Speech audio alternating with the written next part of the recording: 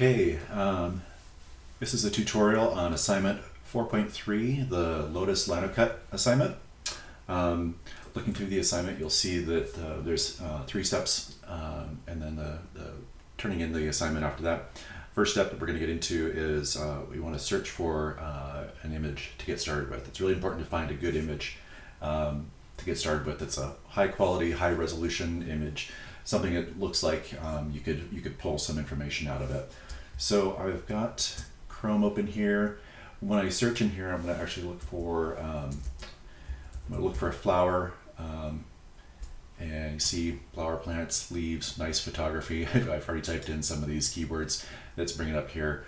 So let's look for that. Flowers, plants, leaves, nice photography. What I want to do when I come in here to find high resolution images, so first, when you click on images, it's going to get you all sorts of great images, but in order to know if they're high resolution or not, you actually will click on the tools bar up here, and that'll make this second bar open up, and then the size, you can go down here to large, and large is just going to get you the highest resolution image that you can find. And then as you sift through these, you'll see all these different images. When they pop up and you see something you think might work, if you're looking, something like this, and it's got a lot of petals in there, and I wouldn't want to try to do something like that. And then some of them, might not have much information in there at all, and might not be very interesting. So try to find an image that is going to look interesting. Something like this is kind of an interesting image. If it has watermarks on it, it doesn't make any big difference. But something that would actually look like a nice, framed photo when you were done with it, or framed illustration when you were done with it. That's another interesting one here. I've already selected an image that's I've got on my desktop, so I'm going to close out my browser, and this is what my image looks like. It's a lotus flower, and I selected it just because it's got some interesting kind of lining quality to it, and it's going to show a few things that I actually want to show you guys in this assignment. Okay, so going into Adobe Illustrator, this assignment we want to start up with a 10-inch by 10-inch artboard. So 10 by 10, and then we're going to be in RGB mode. We'll create that.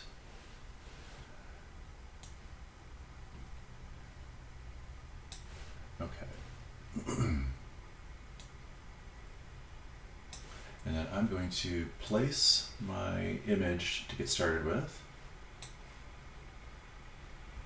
So right off my desktop, it's this lotus flower here. Add it in.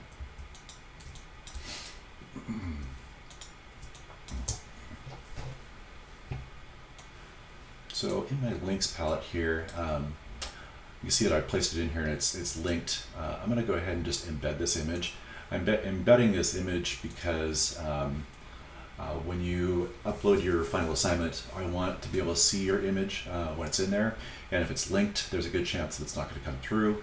Whereas if you just go ahead and embed it, then I know that I'll be able to see it. So embed it right off the bat. And if you hover your mouse over the top of the links in here, it should tell you if it's embedded or not. There it goes. It popped up for a second. Embedded link. Okay. So I've got that in here, and then I'm just on my artboard that's back here. I'm just kind of positioning it around inside here where I want it to go. Got a little artifact here showing up. Okay. Okay. So my image in here. So I just want to scale this some way that I think is going to look good inside this artboard area, leaving a little bit of, I don't want to jam it up too close to the edges or anything, but have a good proportion. So that looks pretty good there. And then when it comes to my my layers, so in the layers, I'm going to create 3 layers in here. My first layer I'm going to create is going to be what I call a working layer, and that just means this is where I'm working on my drawing. So it's my working layer. I'm going to create another layer that's going to be my finished layer, and that's where I'm going to move elements of my drawing when I'm finished with it. And then my first layer that I brought in here is going to be my background layer. And so I'll title that background. Now, with my background layer, this is the tip that if you want to have a background layer in here, and I do this a lot, I'll create a background layer and I'll drop a photo in. But if I want to make sure that background layer doesn't show up like in a printout or something like that, or a PDF, I'll come into the background layer and I'll double click right in this area that's not on the text itself, but right next to the text. I double click in here, it'll give me my layer options, and I'm going to tell it that I don't want to have this print. So when I go to print out this document, that layer won't print, and I can tell it won't print because it has italics, and that is what tells me that this layer has been turned off for printing. And then in addition to that, I'm going to lock this layer, and then now that I have this set, I'm kind of ready to start drawing. So when I get to start drawing here, I'm going to use my pen tool, keyboard shortcut P, and it doesn't really matter where I start. I'm going to start right with this petal here. Now when I start, what I'm going to be doing is creating a line for each side of the petal, and I'm going to treat the petals as if I can see the whole petal, like there's nothing in front of it. I want to draw the whole thing. You'll see more as I work through this what I'm talking about. And when I draw these two lines, they'll have handles at each end. So when I click and drag, when I click the first spot, I'm going to click and drag that out. And then when I go to the second one, I'll click and drag that out. Now I want this to be fairly close to what I've got for to kind of match my petal that's in here. It doesn't have to be exact, but fairly close to it. And you'd be surprised, like if you just kind of drag these, kind of like the Zen of the Pen project, if you spend some time dragging these around, you can get them and get it fairly close, but it doesn't have to be precise. Okay, so I've got that one in place. Now, like my my flower is red, and just happens to be that my working layer makes it hard to see because it's red also. So if I want to change that color, I can double click on this and change this from light red to, let's go, let's say, well, pink wouldn't work. Let's go green. That should work. That's a little bit better. Okay. Actually, I'm gonna go customize that color a little bit more.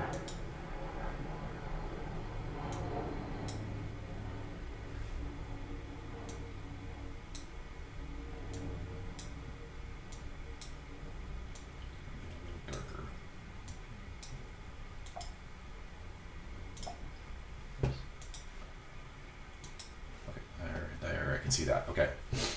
Okay.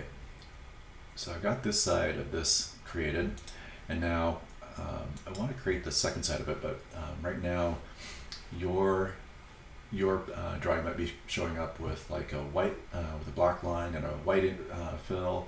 If it's by default, it'll have the white fill and the black line like this. I don't want to have any fill on this, so I'll tell it to have no fill. And then depending on what color your flower or your background is, you'll want to pick a color of your stroke that's going to be contrasting to this. Eventually, we're going to want to have a linocut that's going to have a typically where you cut out of a linocut is going to be white, and then everything else that's left over is black. But we'll get to that part later. Okay, so so I can see this pretty well with the black, so I'm going to leave that the way it is, and then I'm going to create my second side of this petal. Now, I don't want to come in here and click on this and start because it's going to connect that point, and I don't want to connect that point. This is going to be two separate disconnected lines when I do this.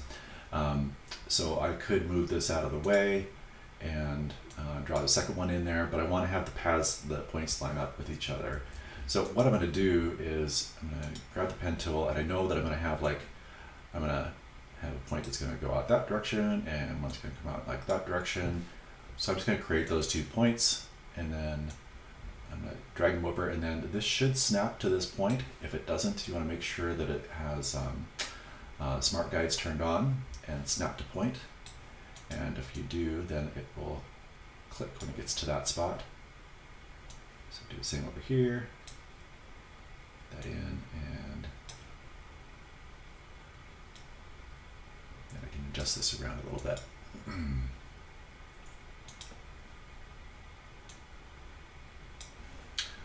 Okay, so I've got those in place.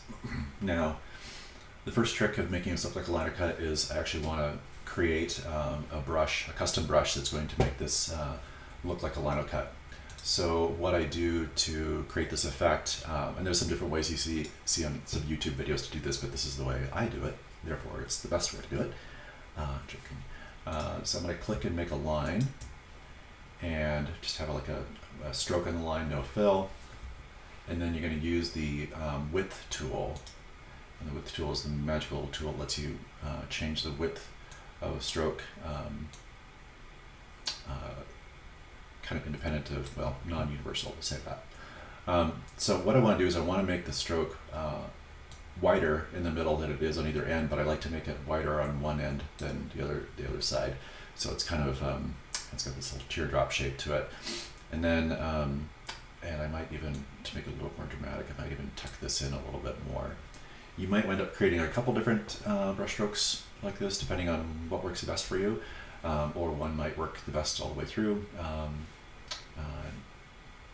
Just have to test out and see how it goes. When I make this, I want to make sure, I just want to make sure that when I'm using blacks, that I'm using 100% black. Illustrator likes to use this black that's not quite all the way black. So go in, make sure it's a true black, a rich black.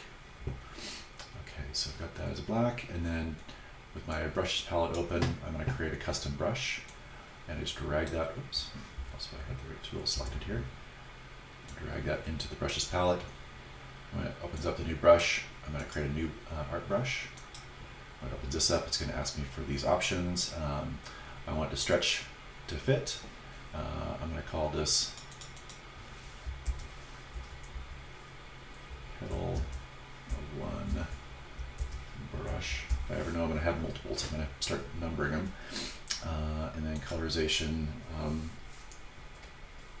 say tints on this, because I may want to change this from black to white. Okay. Alright, so I've got that brush created, and now that I've got the brush created, I don't need this anymore because it's in my brush palette. So in selecting one of these sides here, if I choose the brush tool, you'll see it shows up there, and then on the other side we can select it and choose the brush tool. Now right off the bat, one of the things that I want to do is it makes a difference, I guess, how this is going to blend together as to whether the direction that I have the lines facing. And so right now, the lines are facing sort of like the yin and yang. Like this one is like starting here and going down this direction, and this one is starting here and coming up this direction. Now I can change these so that they're going the same direction, or I can reverse them. So I'm going to click just on this one line here, and if I want to reverse this direction, the way I do it is I go to Object, Path, and I can say Reverse Path Directions, and it'll flip it around the other direction. And so now they're going the same direction. Or if I wanted to have them both be kind of the fatter end of the teardrop at the top, I would shift click, select them both, go Object, Path, Reverse Path Direction, and I'll put them both at the top. It kind of depends on how you want this to look. There's no real right or wrong. Just play with it and see what you like the best. I think I'm going to go ahead and leave the thicker part of this at the top, but the thickness of this stroke is really, really thick right now, and I don't want it to be that thick. So I'm going to experiment with going down in size. 0.5 point is still a little on the thick side. 0.25 point, that's pretty good. And you might have to go down lower than that. It only shows quarter point is the lowest in here, so you might have to type something else in. Half of a quarter point is 0.125 point, but it doesn't really matter. Just keep scaling it until you find it looks about right. So this is what I'm going to use. So I'm going to select these, and what I'm going to do is I'm going to create the blend, create a blend between the two, and that's going to create this whole Linocut effect. So I'm going to come into my object menu, and we go to blend, make, and it only creates one little line in between here because it thinks it only needs one line to make the blend, but that doesn't quite cut it. So when we come over, the blend tool, exists in the object palette, but it also exists in your tool palette right here. So if I want to get some options for this, I just double click and it says smooth color. I'm going to choose specified steps, and here's where I can tell it how many steps I want to use. And I'm going to try like maybe 15 steps. And go, that might be too many. Double click and try it again. Maybe we'll go like 12 steps and see what's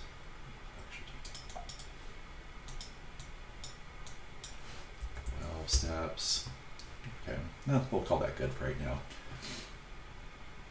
The cool thing is, even after I make this blend in place here, I can still come out here and I can play with these paths and move them around however I want to make them kind of line up on this petal. I can even, like, if I select and grab both these points here, I can drag this around all over the place, and it does all sorts of crazy funny things. But the point is that you can keep on editing your petals even after you've made the blend. Okay, so I've got my first petal created here. I will go ahead and move on to the second one. Before I do that though, I want to move my process is I like to move things to the finished layer just so that I don't wind up accidentally grabbing or deleting or doing something with something that I feel like is already kind of complete. So the way I'll do that is I'm going to take my working layer here, and to the right is where it indicates that, so like nothing selected right now, and when I select this leaf or this petal, I can see there's a screen over here, and that means that that's the object selected on here. If I click and drag that up, it'll move it to my finished layer. And then once it's on my finished layer, I'll hide that layer so that I know that I don't have anything selected there, and go back to my working layer. Okay, so moving on, I'm going to do another petal here. So P key, and always clicking and dragging the point first. And again, I want to pretend like this petal exists behind anything that's back here. I don't want to stop it right where something else is kind of cropping it off or clipping it off, because it'll look funny if I do that. I want to go kind of where the petals are going to start, and the petals start all kind of the same spot right at the top of the stem. So if I click here, I kind of drag this out. If it's not perfect, that's okay. I can come back and grab the handle and adjust it.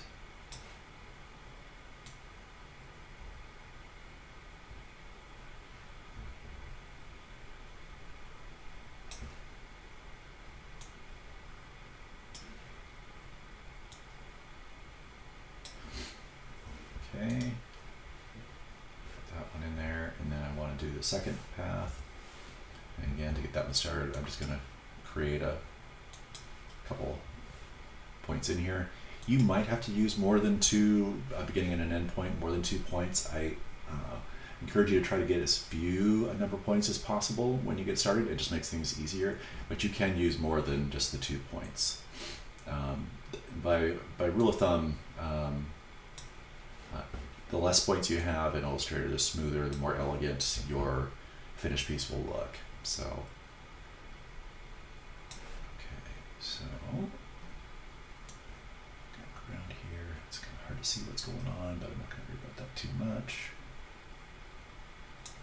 That looks pretty good. Okay, so again, the next step is I'm going to choose my brush stroke and choose my brush stroke again. So my rule of thumb is, as I go through this process, anytime I feel like I'm repeating steps unnecessarily, kind of doing the same exact thing over and over again. Now, drawing the paths isn't the exact same thing because they're in different spots and they have different qualities to them. But when it comes to like picking the same brush and then coming back and telling it I want it to be 0.25 inches in size, things like that are those are really like styles, and we've used the styles, the graphic styles before. So I'm gonna go in and let's see, grab my graphic styles over on the side over here, and in the graphic styles, so for one half of this brush that I got it selected, I got 0.25 using that brush, black. I'm going to create a graphic style that represents that. And so I can go click new graphic style, and I'm just going to call this half petal, because it's what I'm going to use for half of the petal, half the line there. And then I can choose to make this one the half petal too. Okay, just to make sure they're consistent. And then I'm going to select both of these, and I'm going to tell it that I want this to be blended.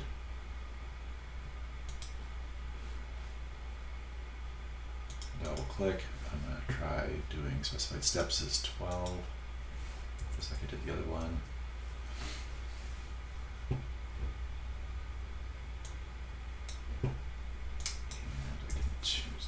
Less. This is totally like, I mean, you want it to be kind of consistent, but you want also some variation on each one of them. You know, one seems to be darker than the other. You know, kind of look at your flower as you go through, and you'll see if there's some variation you want to put on there. Okay, so I've got this created now. So I'm basically got that, and I can move that up to my finished layer. Okay.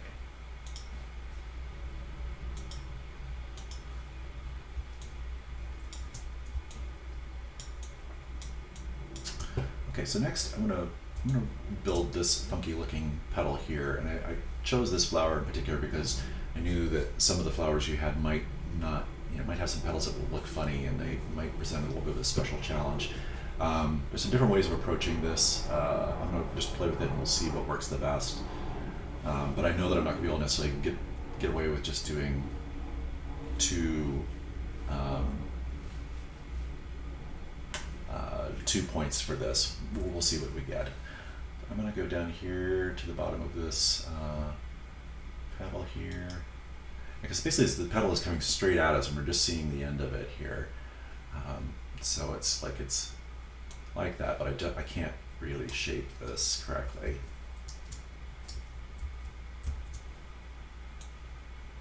I can try, but I know that it's not going to work no matter what I do. It's just not the right kind of shape. So what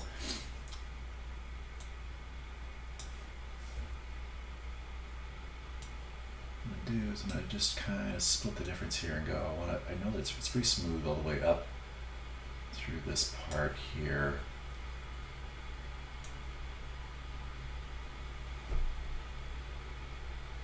And these lines kind of come up. They don't really come together as much as some of these other ones do in here. I'm going to do it two different ways here, just to show you two different ways. So pen, click, drag, and drag.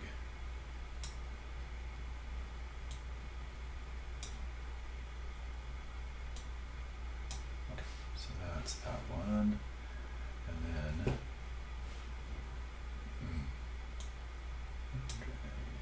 I'll come back and fix this one later, but I'm just going to get it sort of in the right spot for now. And I didn't want to connect those. I didn't drag it to that same spot. I drug it close to it, so they're not quite connecting there. So when I come in here and grab this direct selection tool, it is not connected to it. I just want to drag it on the top of that same spot so that they start and stop at the end of the same spot. So now I can take this one and kind of shape it around.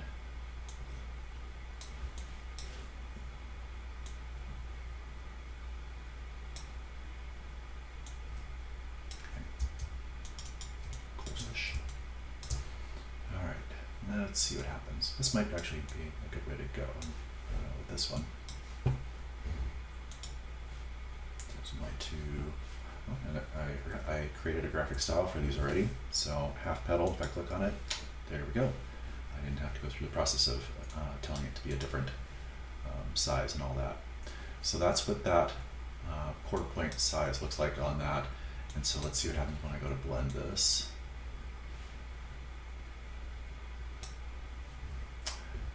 See, okay, so this is where things get funky here.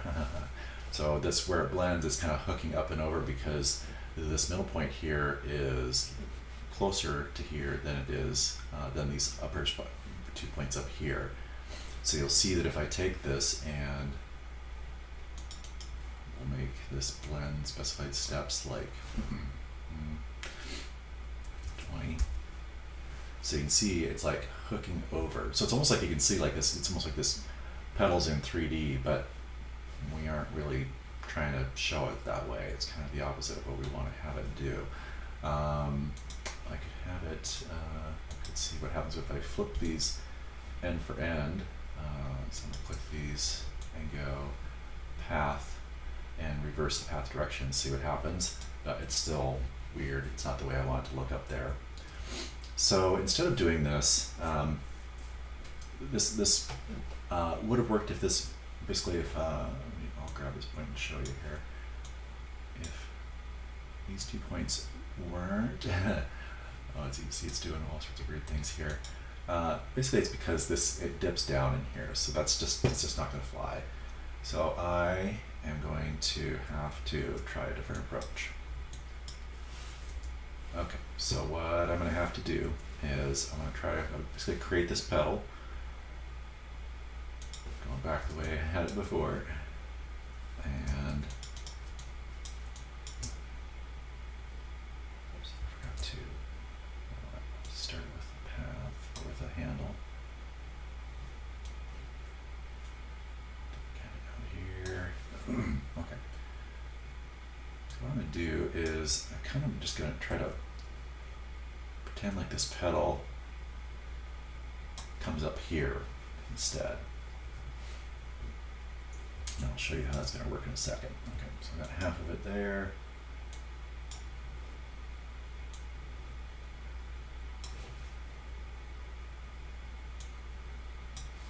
And I'm going to take these halves.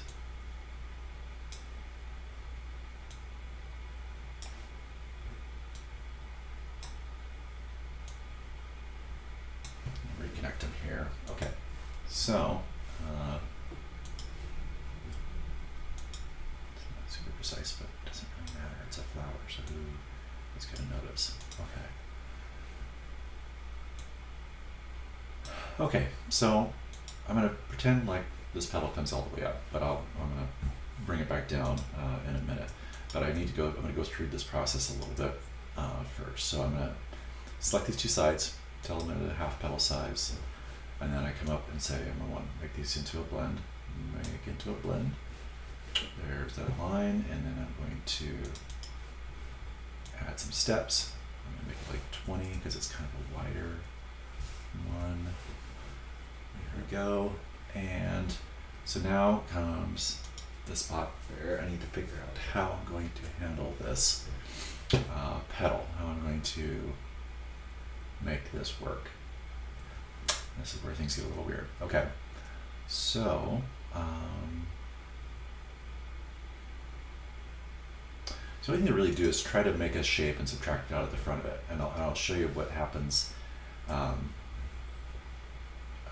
in a couple different steps here. I'm going to do it kind of the wrong way first. So what I'm going to do is I'm going to create a path that sort of mirrors the negative shape of this petal here. So it's going to go out here, but instead of drawing a petal, I'm drawing the negative space. I'm going to go up into here. And now the shape builder tool is the super handy tool that we were going to use. So I'm going to select this petal and then select this shape, and then if I use the shape builder tool, this is where I could come in and go, okay, I'm going to get rid of this shape in here. But it doesn't really work because this shape is not an expanded shape. I have to have this expanded first. Now if I go and take this blended item, and if you're used to coming up here and saying expand appearance, it's like, whoa, it looks all weird. It doesn't quite show up right. because however this works in Illustrator, when you create a blend, the only way to expand a blend is you have to actually come into the blend and tell it to expand, and then it'll expand. So it creates individual strokes with the brush strokes on there, and it's expanded.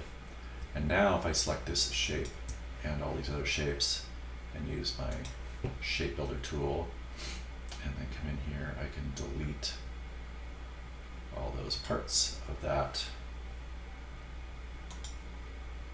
item, and it's going to leave this little weird place up here, and I'll select that and delete it. It's not something I need. And so that's kind of what the end of it looks like now. And you can decide if you like the way that looks, or if you want to approach it in some other way. You can. It's a flower, and it's got petals, and it's up to you to decide how you want to approach it. I want to see what happens if I take all of these and sometimes I've noticed that when I've done this before in the past, that sometimes some of these lines will get flipped upside down and the other ones won't, and I don't know why. So sometimes it'll look like let's see, path. So sometimes you'll get like, some of them will be upside down, and I don't know why, and you might have to come in here and select individual lines and reverse them. I'm going to select all of these and try reversing them. Let's see what it looks like. That's pretty cool. I like that. That's interesting. Yeah, I'm going to leave it that way. I like it. I might reverse it back later, but this is what I'm going to go with for right now. Okay.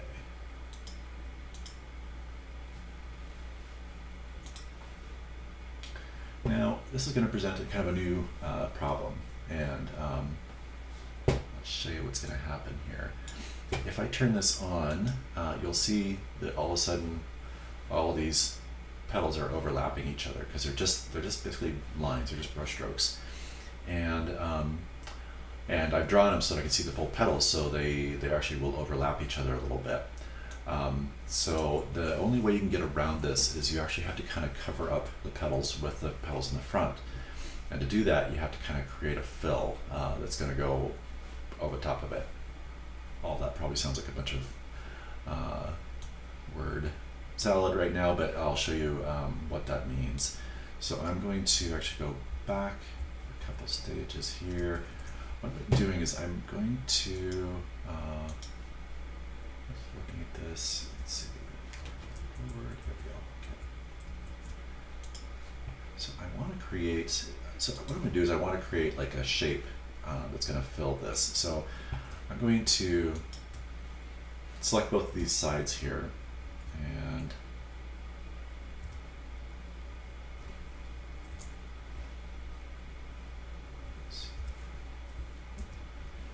what I'm going to do here is I want to create a shape that I can fill this area in with white.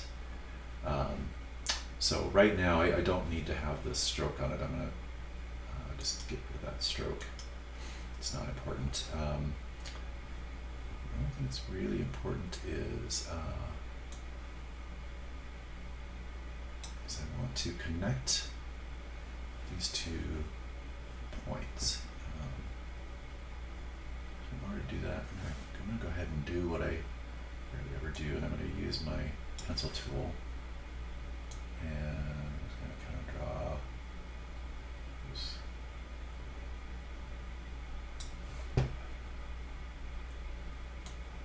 Oops, got a little carried away. And see, I'm not doing a very good job.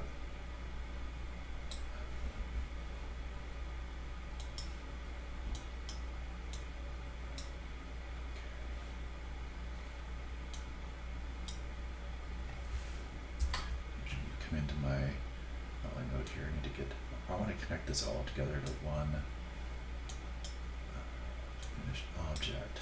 So let's see, I'm going to go back to the beginning. Start this right. Okay. I got this. I got this. And I want to connect these 2. So if I connect these 2, what I can do. If I select these 2, I forgot this little trick. Okay, so I select this one, and I select this one, I want to join the 2, all I gotta do is hit Command J, and it will join them. And so now they're actually, they are one. Um, so now I can take this and move it down to this spot here, and then I can use my pencil tool, and it's going to connect. Just going to draw along this area here until it finishes, and there we go. Okay, so I've got this drawn along here, and if you're drawing, especially using the pencil tool, and it looks kind of rough and crappy, there is always this smooth tool. I can never remember where it is over here in my menu bar, because it's one of those ones I use on every great once in a while. So if you're looking for it, it's probably another pencil tool. Oh, it isn't, but it should be. So what I'll do is I'm going to go up to my search bar up here, type smooth, and then if I actually click on this, it'll just give me my smooth tool. So I'll show you what this does. If you have like places where it's not a very good line, it's all rough and all over the place, you can always grab the smooth tool, and if you just drag over the top of it, it will like smooth these points out. You can get a little carried away with it over time, and you can start to screw things up a little bit. But you can see right now that's way better than it was before. Anytime you're looking to make like a really elegant kind of a corner or curve, that smooth tool is the ticket. Okay, so drag this back over. Make sure, boom, right there. Looks amazing. Okay, and I'm going to use my curve tool just to try to bring this maybe back into. Oops.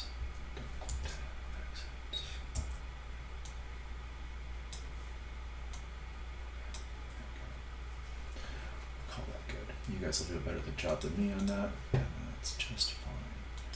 Okay, so I've got this object in here. Now the point of this is that I need to be able to fill this in with something.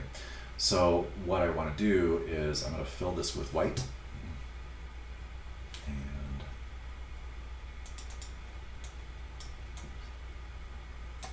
white. There we go, filled with white. And then I'm actually going to add a white stroke to this too, because I want it to, let's see, I'll turn on my lights here. So what I'm going to want to do, so I'm going to take this and I'm going to send it to the back. So you kind of see what's going on here. So I've got sent to the back. And when I take this petal and I'm going to move it to the finished layer and to the front. So I'm trying to create some separation between this object here. Oh, this has got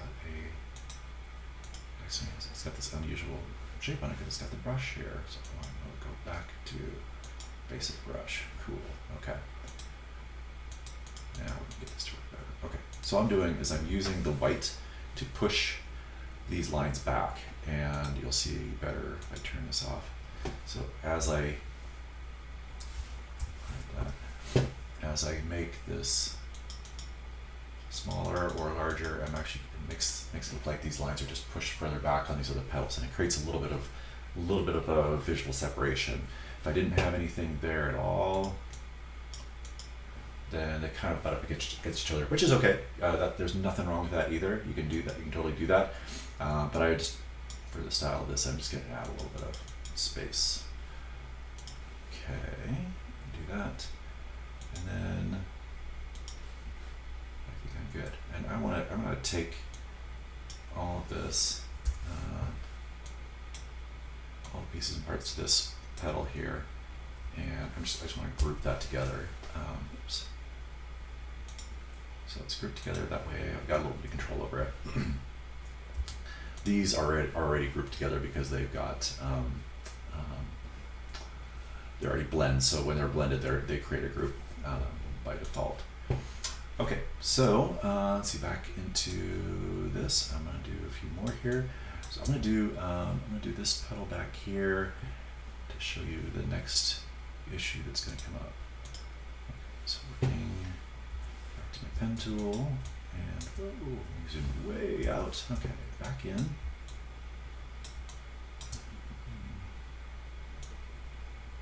Again, I can't see where that petal comes to an end, but I know it's probably going to come to an end right here somewhere. And create another path.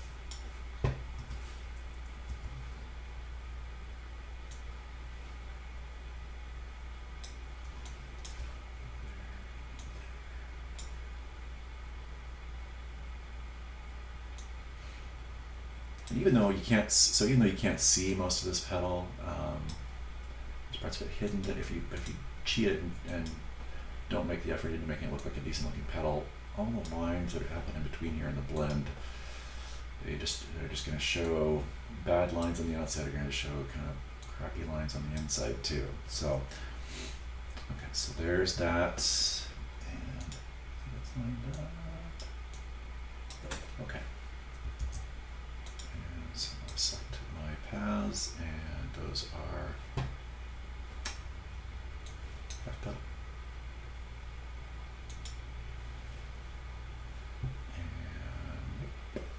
Right, and then go object, blend, make, and you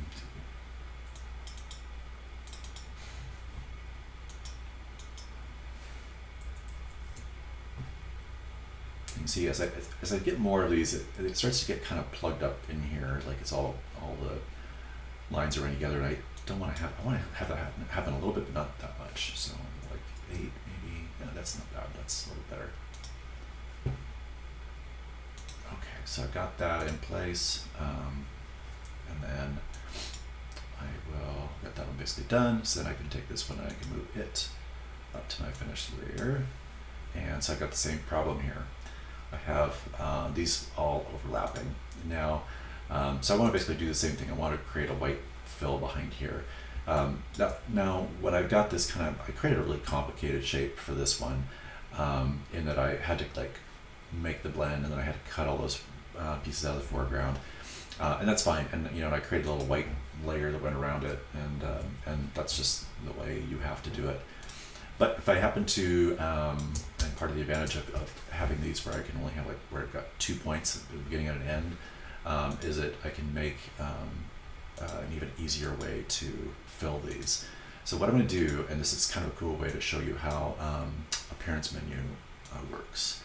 So if I go into the appearance menu, let's get a couple of these off that we don't need right now. So in the appearance menu, you can see that when I have this one is selected right now, and I can see I've got a stroke. It's the Petal One brush stroke. And you can see that in here, I got the Petal One stroke, 0.25. Same thing when I come over to this guy over here, Petal One, and this is Petal One. So they're all the same. But what's interesting is if I select this one, and then I shift click and select this one, now it doesn't say Petal One, it says blend, because these two are blended together, and this blend is up here. So you kind of see okay, path blend. When I click on this, it basically takes all of the contents and stuffs it into this contents layer here. When I just have one of them clicked over here, there is no contents layer. When I have two of them selected, there is, and it's because it's kind of cramming everything in those contents layer. And the reason that's important is because I'm going to create a fill and a stroke like I did for this one, a white fill and a white stroke, to cover up anything behind this. So I'm going to go create a new fill, and that fill is going to be white, just like we did before. And then I want to create a new stroke, and that stroke is going to be white like before. And then how much do we have? Like a 7 point. It's going to give us like a 7 point. Oops, 7. Oh, here's another thing. Notice how this has got this weird little kind of bump at the top. I will want to tell my stroke to kind of round at the edges, but then curve, and that will fix any little glitches. Anytime I tell it to curve, anytime it's got a point, it'll do weird things sometimes, but if I do that, it'll fix it. Okay, so I've got that fixed, but okay, so I've got the white fill and the white stroke, but I can't see it. And the reason I can't see it is because that stroke and that fill in here are on top of the contents. So if I select the fill and I move it down underneath the contents, and if I select the stroke and I move it down underneath the contents, then I can all of a sudden I can see it. And that's sort of the beauty of the appearance panel, is that anything that is below something is going to show up behind it, anything that's above it is going to show up in front of it. So that's why you want to move that down below. So again, kind of repeating this process for this one here. For one, it's showing the petal 1 brush, 2 petal 1 brush, but if I show both of them,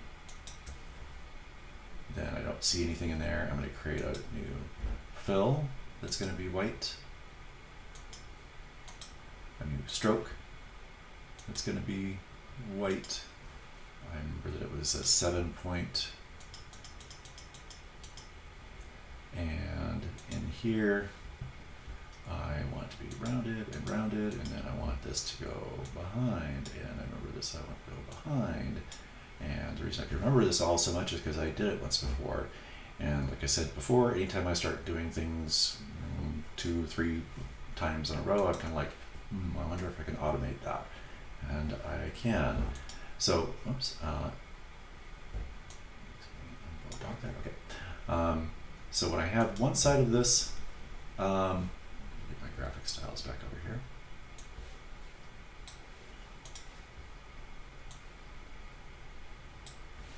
So I have one half of this selected, it's my half petal. Half selected is my half petal. And when I have both selected, it's none of those things. It's got this fill on the stroke that's underneath. So I'm going to create a new graphic style. And I'll call this whole petal for obvious reasons. And boom, whole petal. So I already did this for this one over here.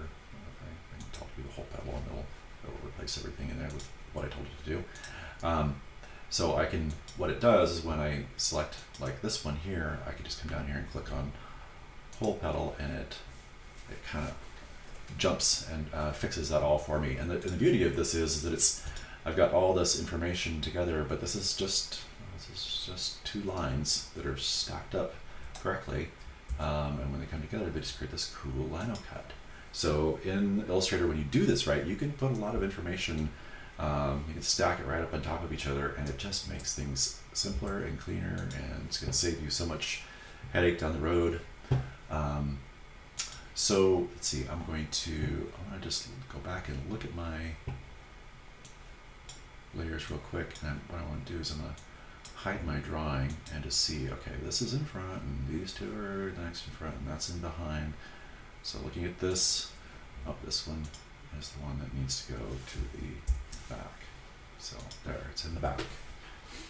Okay, cool. So I got that in there, and now it's just kind of a matter of going through and just finishing up the rest of them. I'm going to do it as fast as I can.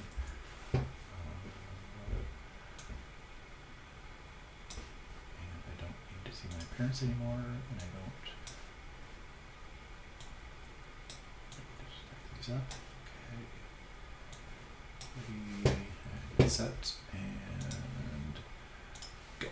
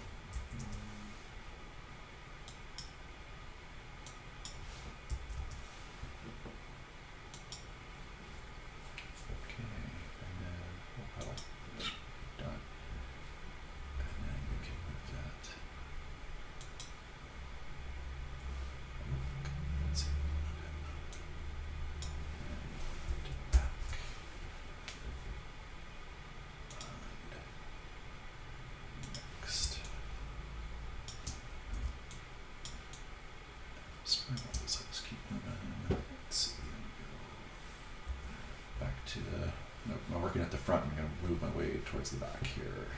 Pen tool, clear.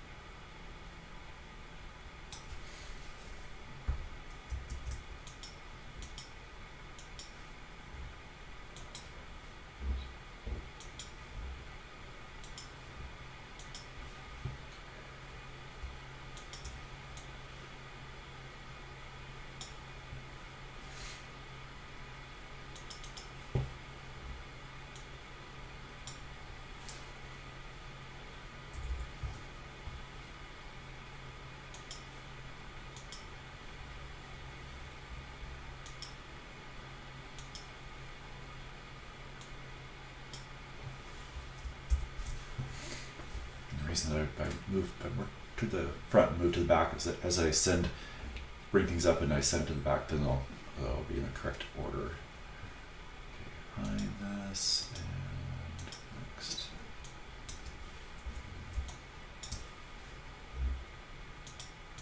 This guy here.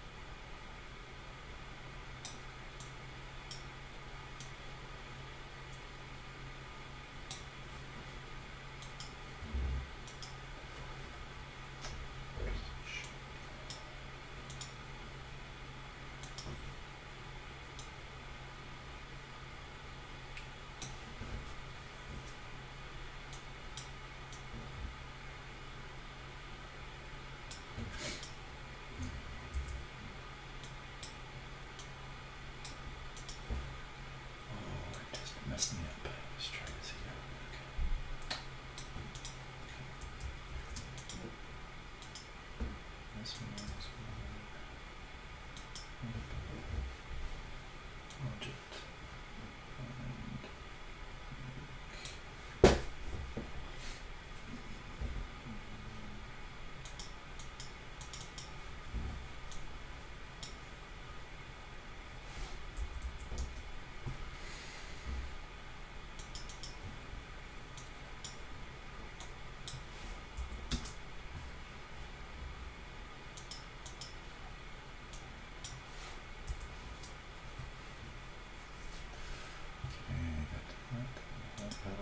Whoops. This to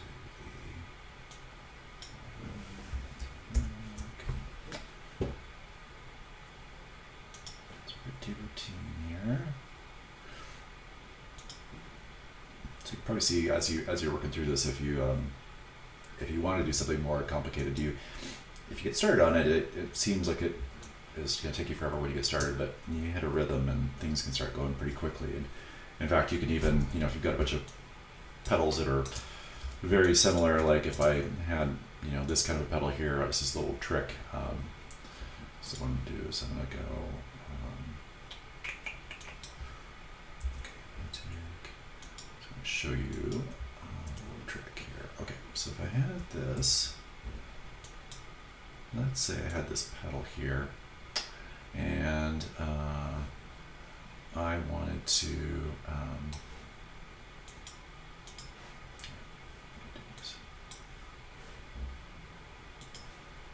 get rid of this here. Okay, so what I'm going to do is show you if I had this pedal here, and say I wanted to use it for another petal on the other side. So I can take this petal and I can move it up to this layer up here. But if I want to use it again, so I know that if I click and drag things around and I hold down the Option key, which is that little funky symbol right there is the Option key, and that will make a copy. So if I move it there, hold the Option key, copy, there, Option key, copy. Okay, so same trick here though. If I have something on the finished layer and I want to put it on the working layer, this is harder to see, but it's going to do the same thing. Like if I move it between layers, it won't do anything, but if I hold the Option key down, it will make a copy on the other layer. So even though that's on the finished layer, when I hide the finished layer, it's back on the working layer. So that means that I could take this and I can make, I could take this and then I can, like, say I want to put it on this other side over here, go and move it over to this other side, and then I could rotate it around, but if it's like not pointing the right direction, what I'll do is I'm going to take this and we're going to use the reflect tool, and we're going to like reflect it right across the stem, and there we go, easy peasy. And then if I go here, then I can just take it and just copy it up to the top. So that is a way to make things go even faster if you did have a whole bunch of petals, a whole bunch of detail. So there are ways that you can, and the thing is that like the more detail you get into some of these, more elaborate it is, and you can pull it off, the more impressive it's going to be. So it's almost like I would recommend, trying to do this technique once for this assignment, and then once you feel like you got your self feeling kind of comfortable about it, then you can go back and try it again and make it a little bit harder. It's kind of addictive. Okay, so I got that one done, and I'm going to wrap this up. We've got 3 more petals to go.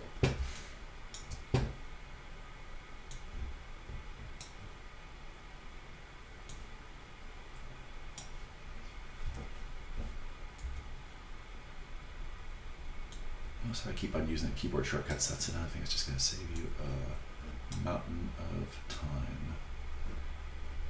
Just keeps you in flow.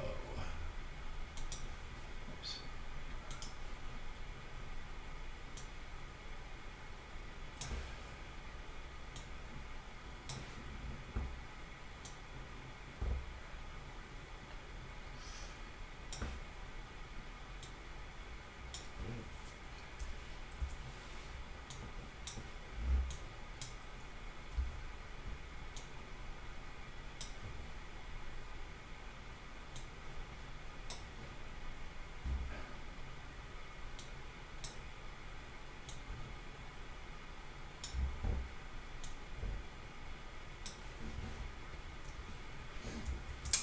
See that, so this is one, Shift A, won't make any sense because I made it for the group selection tool. The group selection tool, it was the A for the just regular old direct select tool is A, but I created the Shift A for my group selection tool because I didn't like not being able to have that.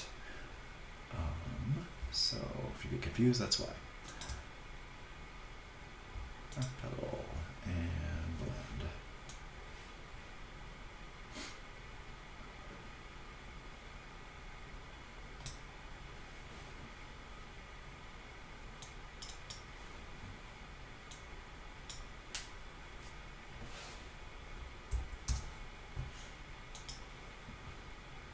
As you go through, you can kind of start to get a feeling for how many steps it's going to take. Now sometimes you might get something weird like this happening, and this is happening here because you can see this little white space right here happening because in this case it's filling, and normally it's okay when it's filling because it's going inside, but because this has this little backwards curve to it, it's filling in this area here. So in this case, my fancy little trick of using the same lines for both wouldn't necessarily work. because I wouldn't necessarily want to have this white showing up over the top of something. So just put it in here, like I put this on top.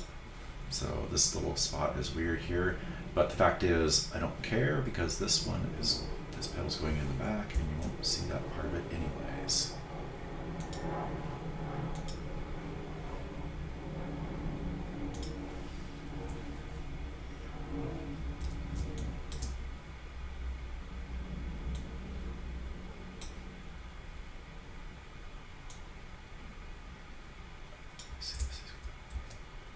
So this petal's going behind the stem here.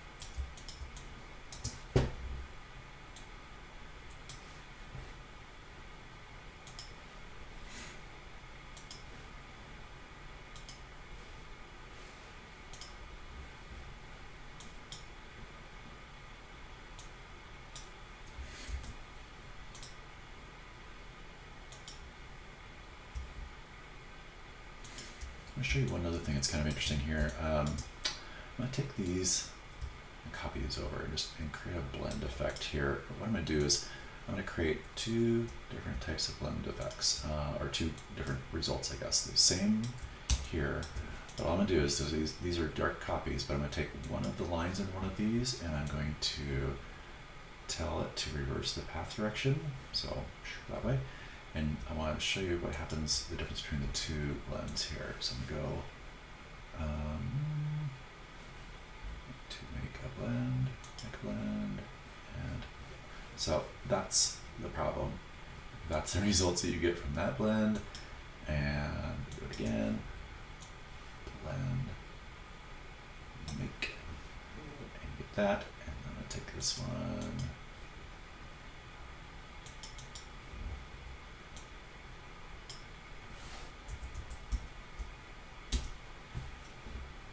Get some interesting results, but not quite what you're looking for. There's this one, because they're going the same direction.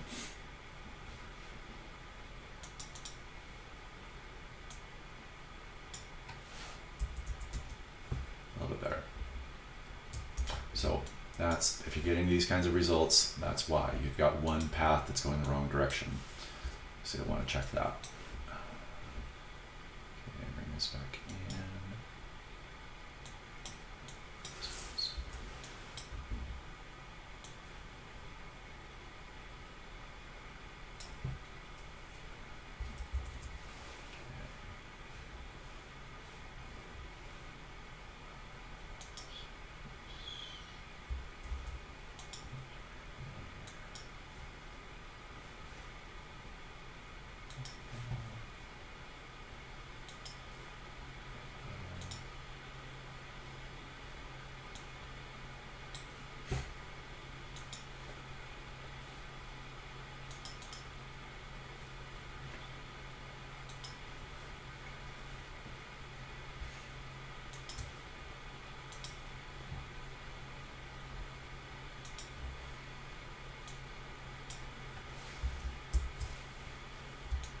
There.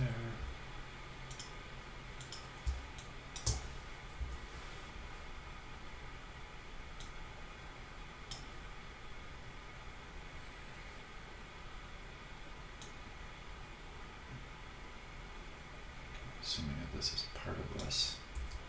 This little bud down here is part of this. Make it. And if it isn't, we'll make it.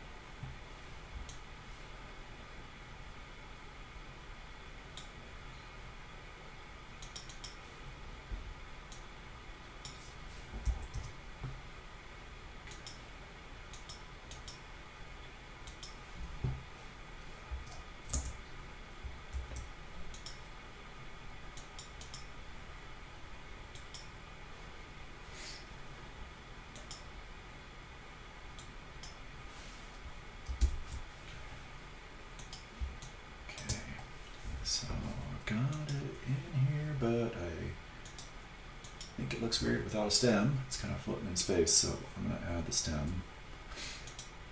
And the stem's just a little bit different. That's still super easy. Okay, I'm going to go to my working layer, and it's basically the same thing as making the petals.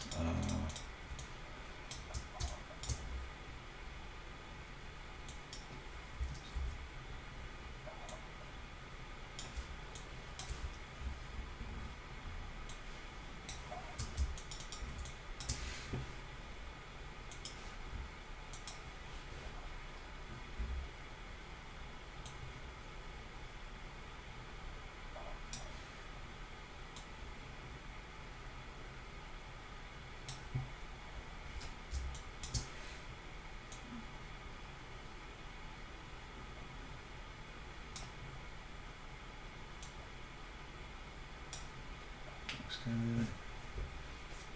And then I actually copy this up here. I don't want to copy it exactly because it does look weird. I want to change these points around a little bit, but at least I can get the points kind of in vaguely where I want it to be. I might extend the taper a little bit, just look better.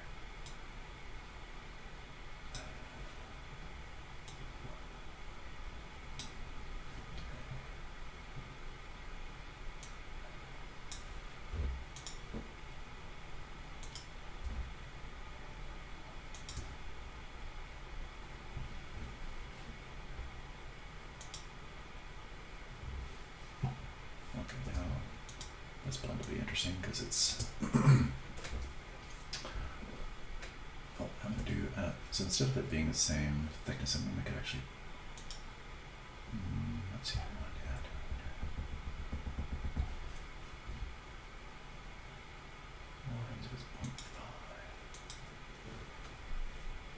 it's just interesting to have it be a slightly different weight than the petals. It'll give it a different look and feel. Okay, let's go blend make and steps. That's 1, 2, 3, 2. Well, we'll see. We have some.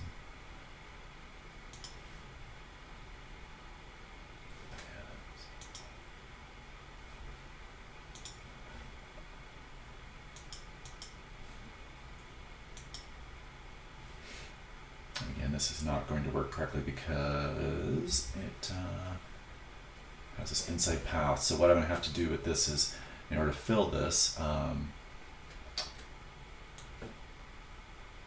we will have to fill it because it does go in front of the petal. I'm going to have to actually copy this, and I'm going to get rid of the stroke, and then I'm going to hit Command J. It's doing that because it still thinks it has a blend. So what I'm going to do is, instead of just telling it not to have the stroke on there, I'm going to go to Object and go to my blend and say I'm going to release it. Release the blends. So now that it's not there. And now I can go Command J, and now I filled that up. Get the brush and then go whole petal. Okay, whole petal. There we go. And then I want that to snap right to where that, and then it goes behind. And where it gets a little weird is that because this has a brush stroke on it, it's not quite going outside that area. So I'm going to make this actually a little bit, I'm going to make the stroke on this bigger because it's not sticking outside of this stroke there. So let's see, I want to go select background.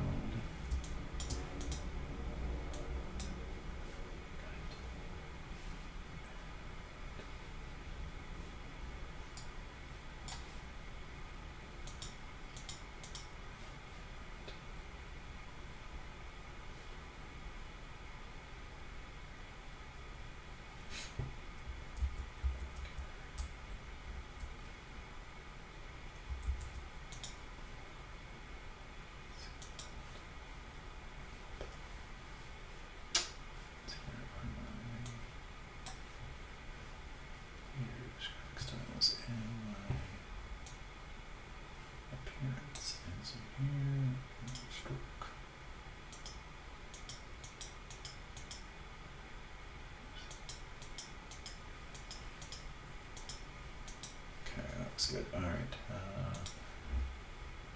Try not to overthink this. Try not to overthink this. Okay. Since these are two separate objects, like that, I'm going to take these and select them, group them. Just keeps my life easier for when I do go and move this to this layer. And now I have to go, if I go all the way to the back, it's there, but it actually is supposed to, this stem is supposed to go in front of this petal. So if I hit Command front, it's going to move one object forward at a time. So there, just move one object forward. That's where it belongs. So I'm not sure if I'm super happy with the way this, yeah, I know I'm not happy with the way this stem looks. But this is the beauty of this, is I can come in here and choose this option, and I can go to my brush. Let's see, on these, it is at 0.5. I'm going to say 2.5, and this one's going to be 2.5, and maybe take this and go just to show you the other extreme, 0.125. Oh, here's something interesting too, is that since this has got kind of shading on one end, I can go, so this is actually going from light to dark, which is another interesting way to approach this. So I kind of create this barrel, instead of having like this dark at one end and light at the other, I'm creating this shadow underneath the end of the stem, which is a pretty cool way to approach that. So yeah, so now, I basically gotten through all those pieces and parts, and if I turn this off, you can see it looks pretty good. I like it.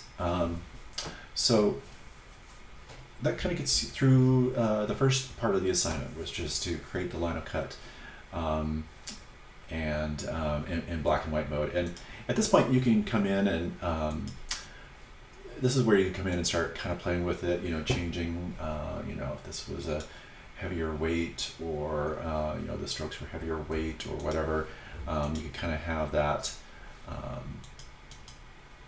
Take this and make a copy down here. So if I wanted to affect this petal as a whole, okay, come into my appearance menu here. Let's say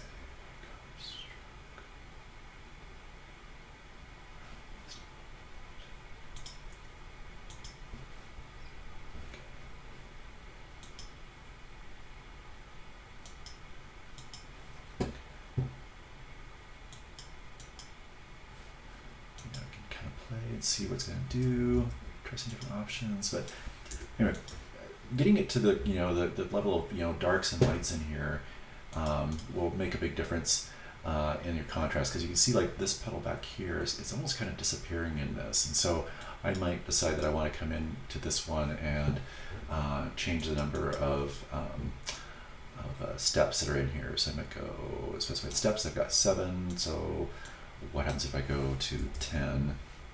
And now it's getting darker. Now I can start to see it back there a little bit more. Or if I decide that on this one where it's got the 0.25, maybe if I make this a little bit thicker on this one side, and then it'll start to gain it out there a little bit more. So there's some tricks you can do with that if you want to try to create a little bit more shadow or shading in there. And this one here, I'm kind of getting it's disappearing back there a little bit. So I can come in and specified steps, 15, there's a little bit more shadow in there. Anyways, you can even make a copy of this whole thing and play with it and get a whole new version of what this flower could look like. But this is kind of what you'll be getting to roughly, and then from this stage, I want you to make this look like a presentable, something you'll be able to use. Put on a wall or something and make it look nice. And we're going to make a color version of this as well.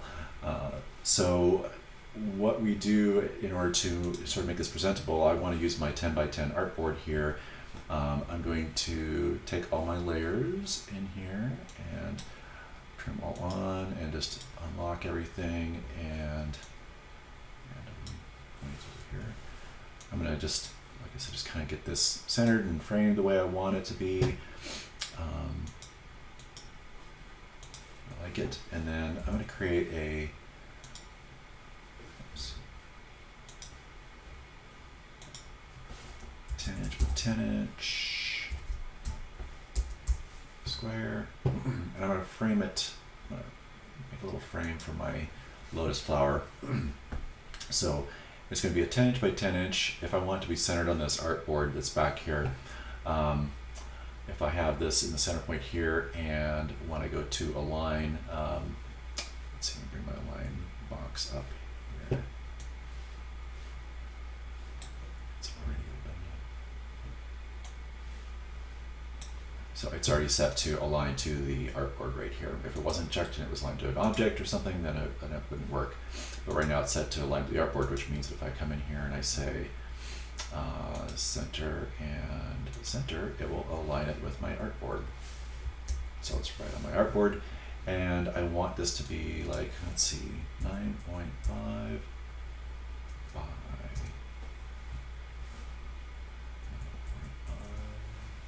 That's a good amount. So what I'm going to do is I'm going to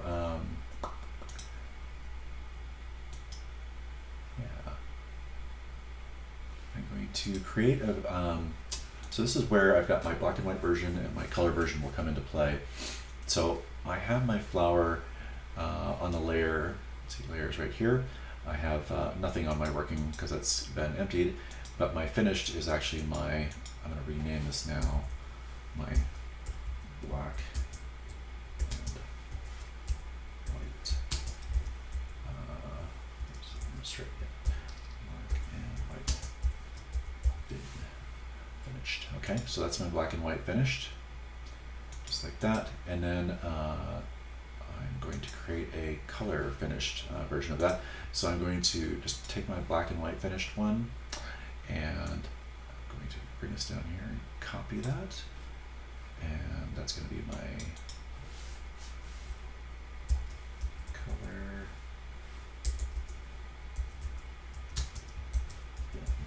Okay, and I'm going to hide that black and white fin.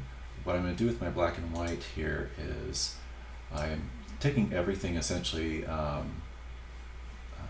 it's my entire drawing of my lotus flower here, and I'm going to, except for the border that's out there, I'm going to take all these things and I want to be able to mask this, and so I have to take all of these things and I have to group them together. So select all and group, and then if I make sure that my mask here is in front of those, then I mask it, and if I select the object and the grouped item and hit Command 7, whoops, it's not that spot, and that's because it's on the wrong layer. Okay, helps if you have it on the right layer. Let's try that again. Okay, got it. Okay, so I've got it masked, and just to sort of finish this off, I'm going to give this stroke. Let's see. Where's my colors? Stroke. Okay. Try that again. Look. There we go.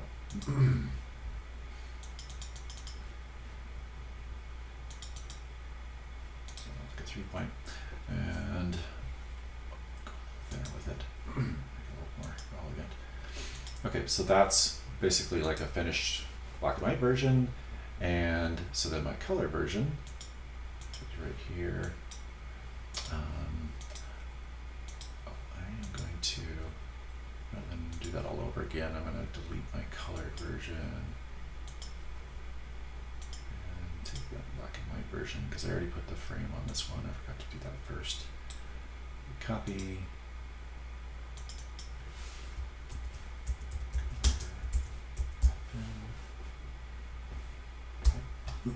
Okay.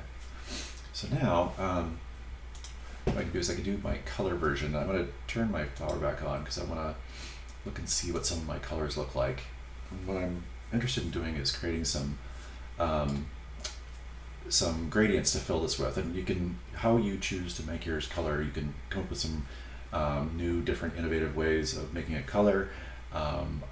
That part is a little more exploratory. I'm going to show you one way to do it that I like, but whatever you do, just make sure it looks really cool. So the way I'm going to do mine is I'm going to use some gradients, and to get started with the gradients, I need to bring up my gradient palette here, and the first thing I'm going to do is,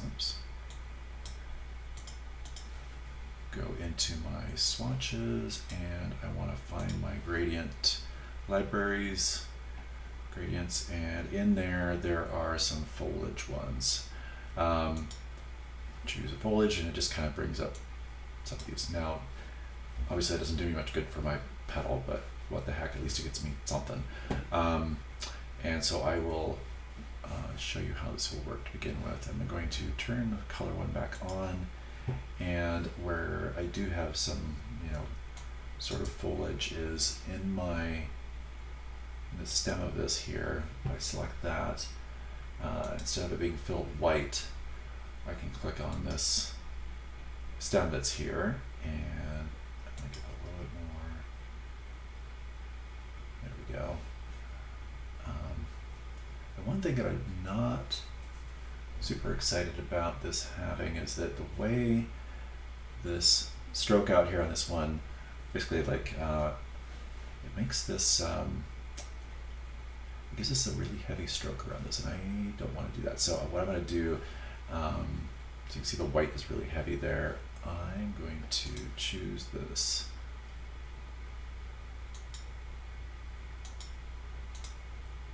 I can.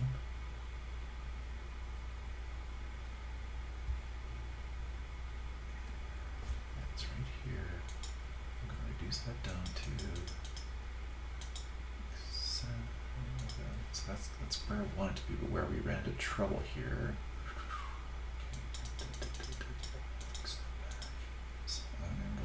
What I want to do is use the old width tool here and just force it to get down to a size that looks about equal. That's much better. It feels a lot more even on that side. Okay, so I've got in the background here, I've got this. Excuse me as I kind of mumble. I'm looking for the gradient tool here, and you can just see I need to choose and bring my gradient to my front, or else it won't show me what I'm doing. Okay, get these out of the way. So my gradient is running side to side here, and the only real way to really test this is kind of go from one end to the other, or side to side.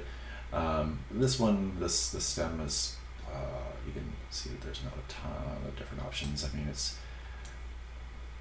most of the heavy lifting in as far as making this dark to light is going to be done with the black and white here, but try to get it, if you try to get a little bit of a highlight up here, that might help. And if you need more highlight, you can come up into here and select this, and I'm going to just go to lighter. Okay, move that over. There we go. Yeah, didn't really make a whole heck of a lot of difference, but you can see kind of what you're working with there. So where it's more interesting though is when we get into the actual flowers here. So where we are coming in is in the appearance here. Select. Okay, we've got in the appearance panel the whole petal, and we're in the fill and the contents, and in there, what I'm going to do is I'm going to choose a gradient. And obviously that's not the color we want, but I'm going to make a copy of this gradient, and then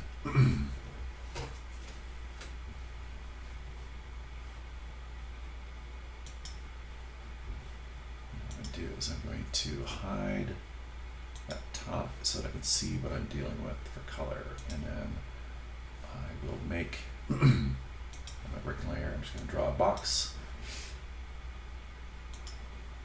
fill it with that new gradient back here. And so when I'm in here, what I want to do is I want to choose some of these colors that were in my lotus flower. So I come into here and choose like a darker red. See, it's added it there. Oops. And take another color in here.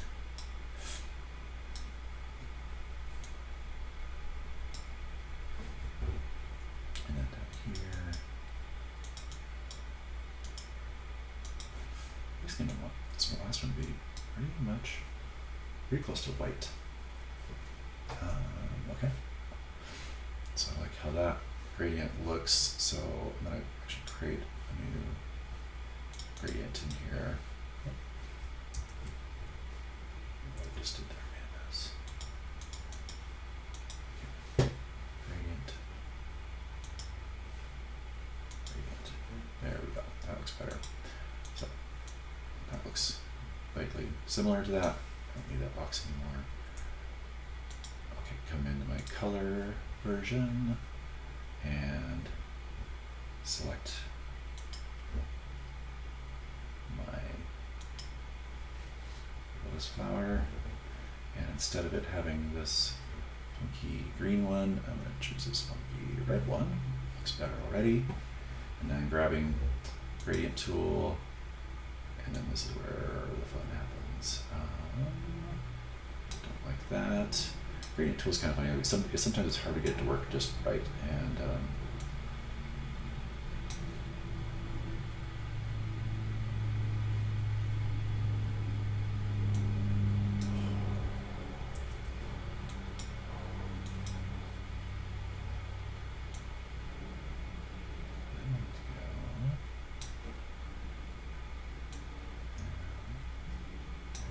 that's a little bit better. So I've got that. I'm just kind of following this. Again, there's a million different ways to do this. Okay, so I kind of got that, and I don't really need to see this background color anymore. Okay, so full color. That gradient. Gradient, I said. There we go. Okay.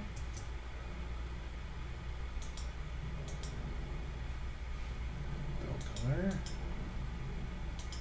Color. Gradient.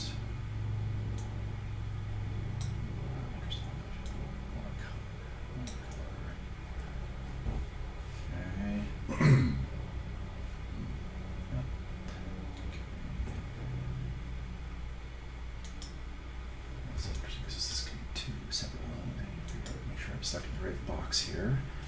So fill color.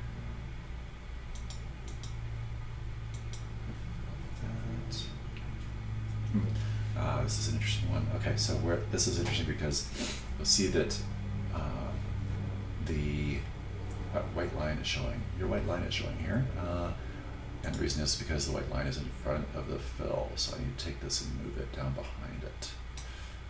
Sometimes you gotta do that. There we go. That's a little bit better. Okay. I'm going to take my gradient.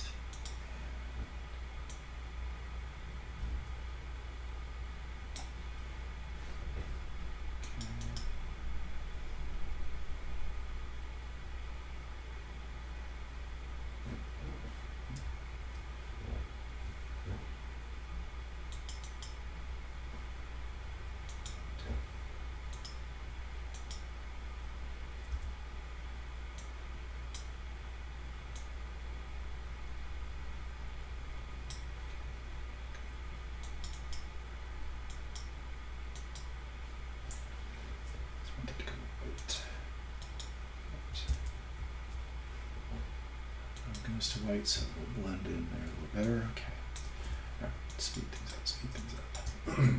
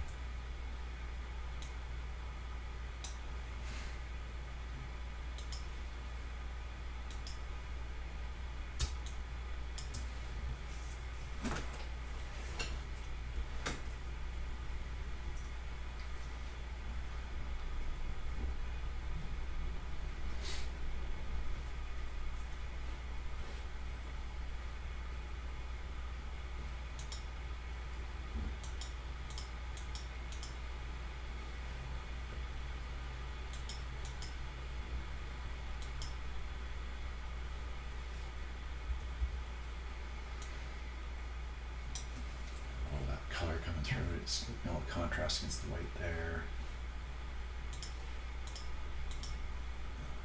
You see why Bob Ross talked the whole time he was doing it, just to keep himself occupied. Let's see, Phil.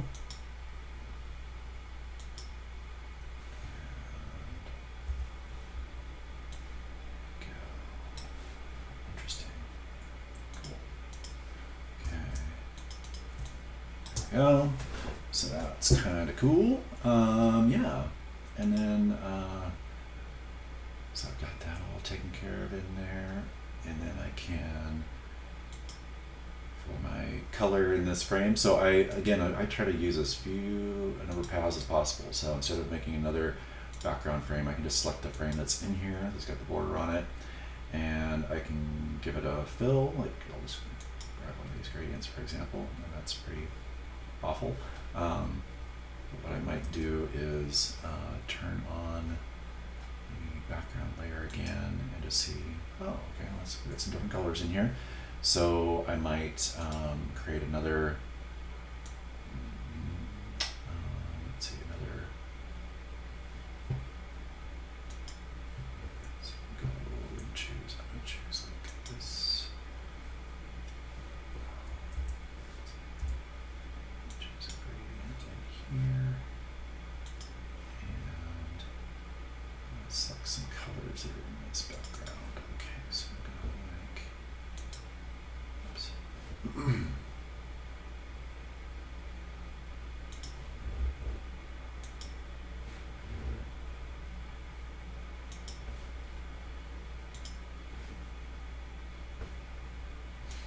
No idea if it's going to look any good. But we will try. I'll go dark with it. Okay, we'll just see what that looks like. No idea.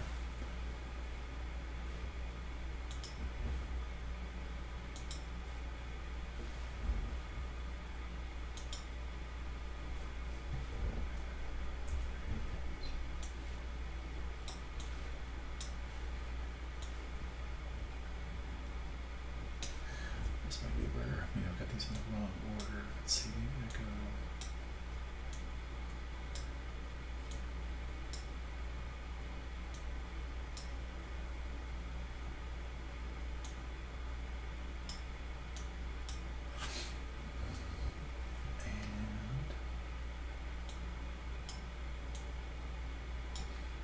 I don't know.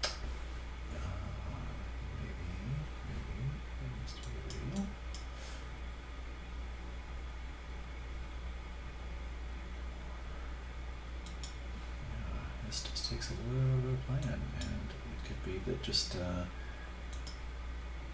colors I've got chosen are just too, it's just too much.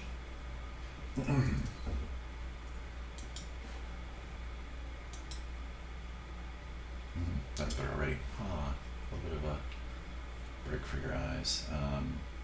So gradients, angles are always more interesting than horizontals. That. Here's where I can even do a little bit of a vignette if I want to.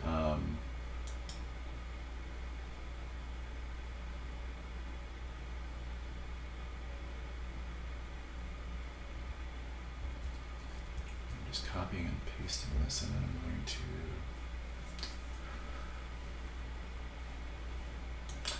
no, I'm not going to complicate things too much with that. What I can do then, I mean, so this is, I mean, again, I've created color here, which is kind of interesting. But I mean, you've got these objects in here. There's things you can do that are just sort of, are crazy. You can actually take these. I did this, tried this one earlier. So where I got this selected. Okay, that's what I want. Okay, so I've got these objects selected here.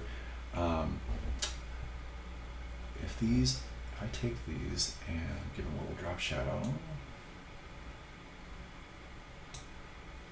When I do drop shadows on things, I tend to like to, I don't like the offset too much. Sometimes I like it where it looks like it's just like right behind the actual object itself. Again, this is a place where creating a style might be helpful. Okay, try that. Okay, so I got that as a style. Copy that as a style. It's a graphic style in here.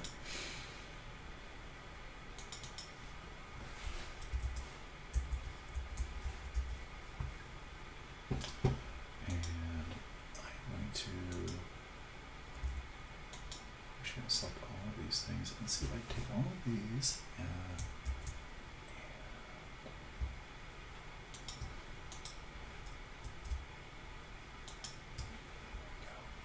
okay, so that's maybe a better approach. Okay, here's what I'm going to do. I want to select all of these objects in here, but I don't want to select the frame, and it's already masked, so it wants to grab that. So when I grab the mask with the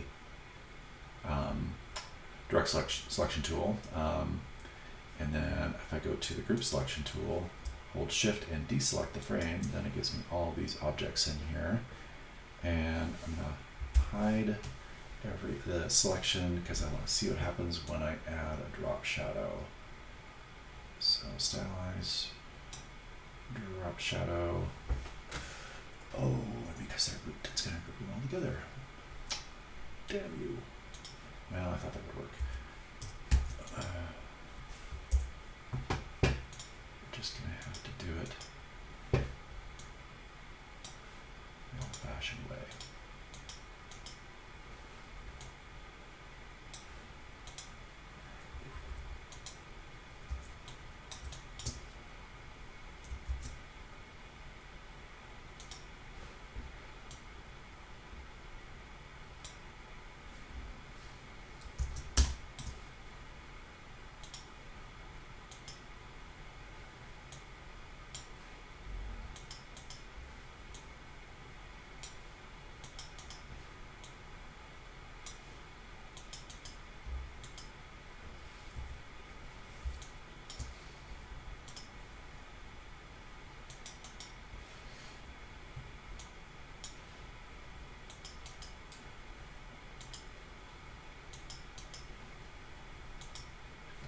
Section grabbing the shadow. That's another one.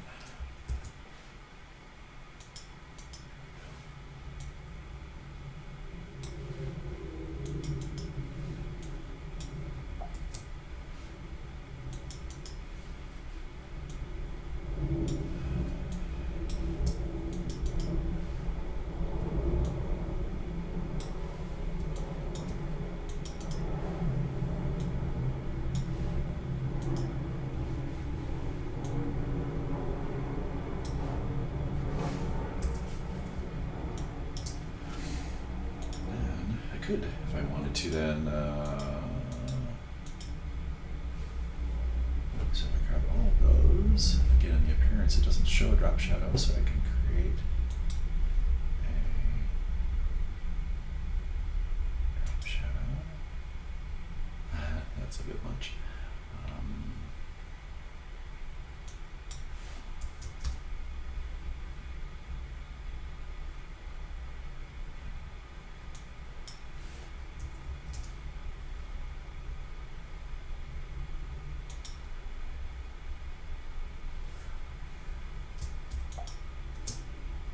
Point being, you can get a little carried away with it. All right. Anyways, so I have this is the point where I have created a color version here that looks pretty funky cool. I could make some more edits to it and make it look even better, but I'll let you guys beat me on that. And then I have a black and white version here, and you'll notice that my color and my black and white version are right on top of each other. I like this because then I can see the two versions together, and I also like the fact that when I look at my background, I can see my lotus flower back there, and so I can see this whole progress. This whole progression is super, super helpful.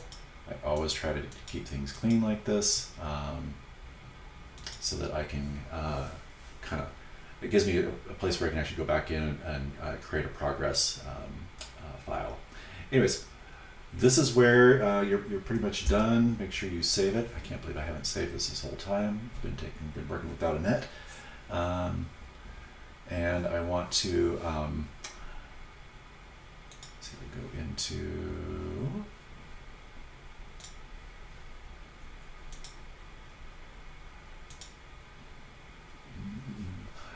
Actually, see.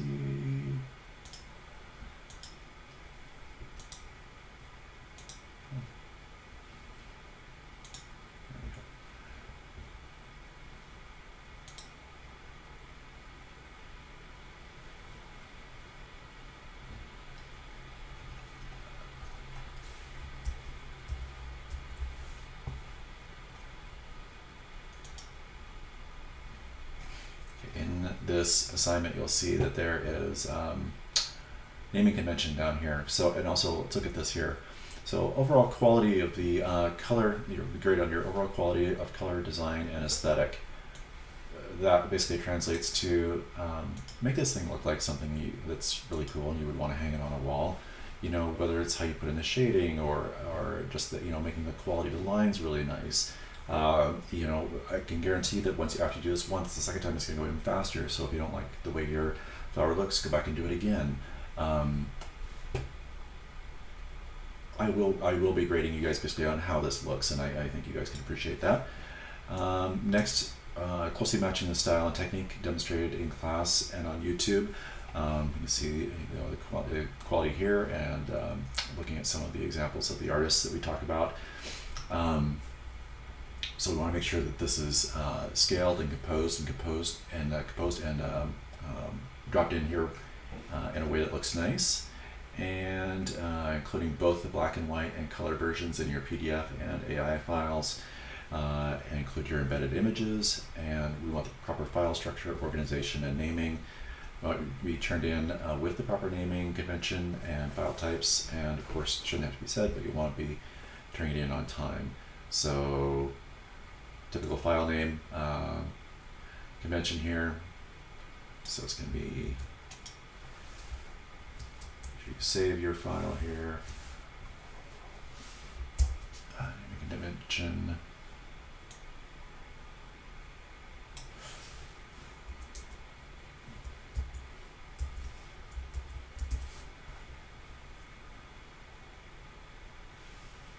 Got it. GS121. Okay.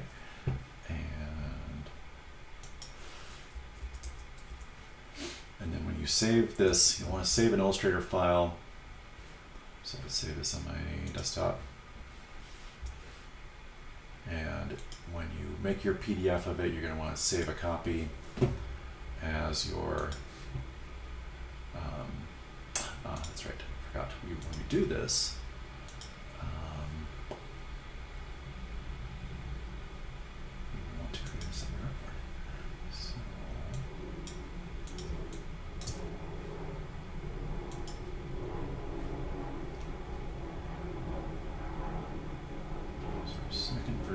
this with you. It's your artboard.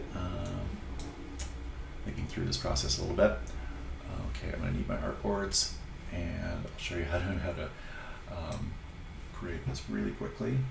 So I foolishly forgot and only had one artboard in here, but that's okay. It's always easier to make some more out of this.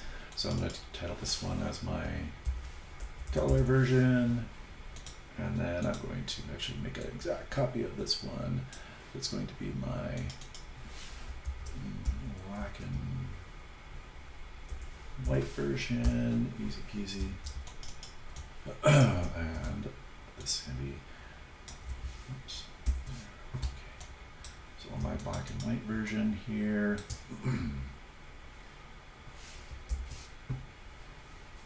all I have to do is, in my layers, I am going to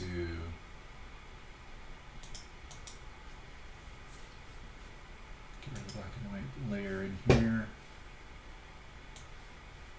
select everything, delete it, show my black and white layer. It was that easy. Okay, now I have a black and white and a color version. Now I'll save it again. We'll save copy. As soon as it's done, I'm going too fast. Save a copy.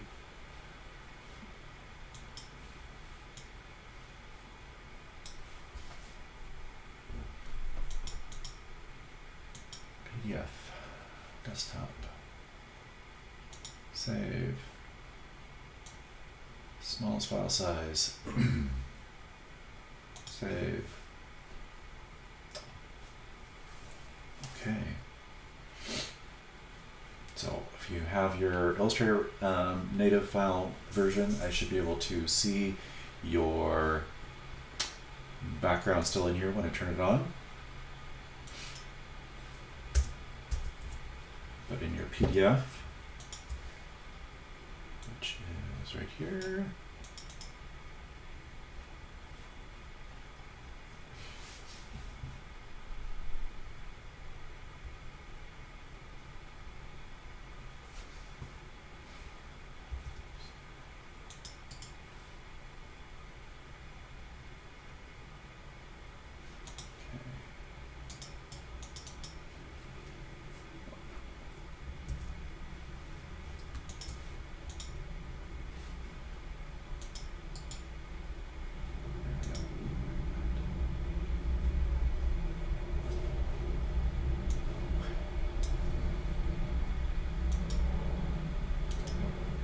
that's what we like about having things stacked up just right, is because you can get that instant see one and see the other, see one and the other. Okay. Right, I think I've beaten this to a pulp. Hopefully this makes sense. Hopefully this helps, because it took forever. Anyways, give me some feedback. Looking forward to seeing everybody's work. Take care, you guys.